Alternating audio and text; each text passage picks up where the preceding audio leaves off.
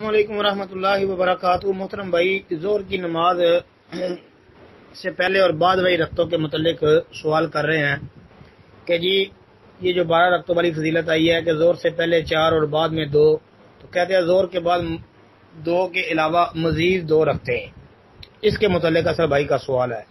جی محترم بھائی، 12 رکعتوں والی روایت حضرت ام حبیبہ رضی اللہ تعالی عنہا بیان کرتی ہیں کہ نبی علیہ الصلوۃ والسلام نے فرمایا کہ جو آدمی دن رات میں 12 رکعت نوافل پڑھے اس کے لیے ان کے بدلے جنت میں گھر تعمیر کیا جائے گا۔ یہ حدیث صحیح مسلم کے اندر اور ابو داود وغیرہ کے اندر آتی ہے، یہ صحیح حدیث ہے۔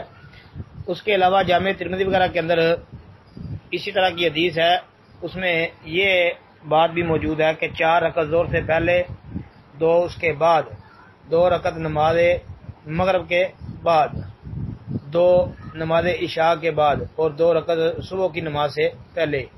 یہ وہی روایت ترمذی کے اندر ہے، شیخ البانی نے صحیح ترمذی میں اس کو درج کیا ہے۔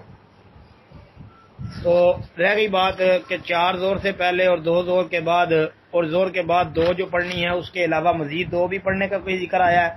جی بھائی، ایک حدیث آتی ہے سنن نبی داود کے اندر، انشاءاللہ وہ حدیث حسن درجے کی ہے، شیخ البانی نے صحیح ابو داود میں اس کو صحیح قرار دیا ہے۔ وہ حدیث بھی ام حبیبہ رضی اللہ تعالی عنہا سے مروی ہے کہ نبی علیہ الصلوۃ والسلام نے فرمایا کہ جس شخص نے ظہر سے پہلے 4 اور اس کے بعد 4 رکھتے ہیں ہمیشہ پڑھی تو اللہ تعالیٰ اس پر جہنم کو حرام کر دیتے ہیں۔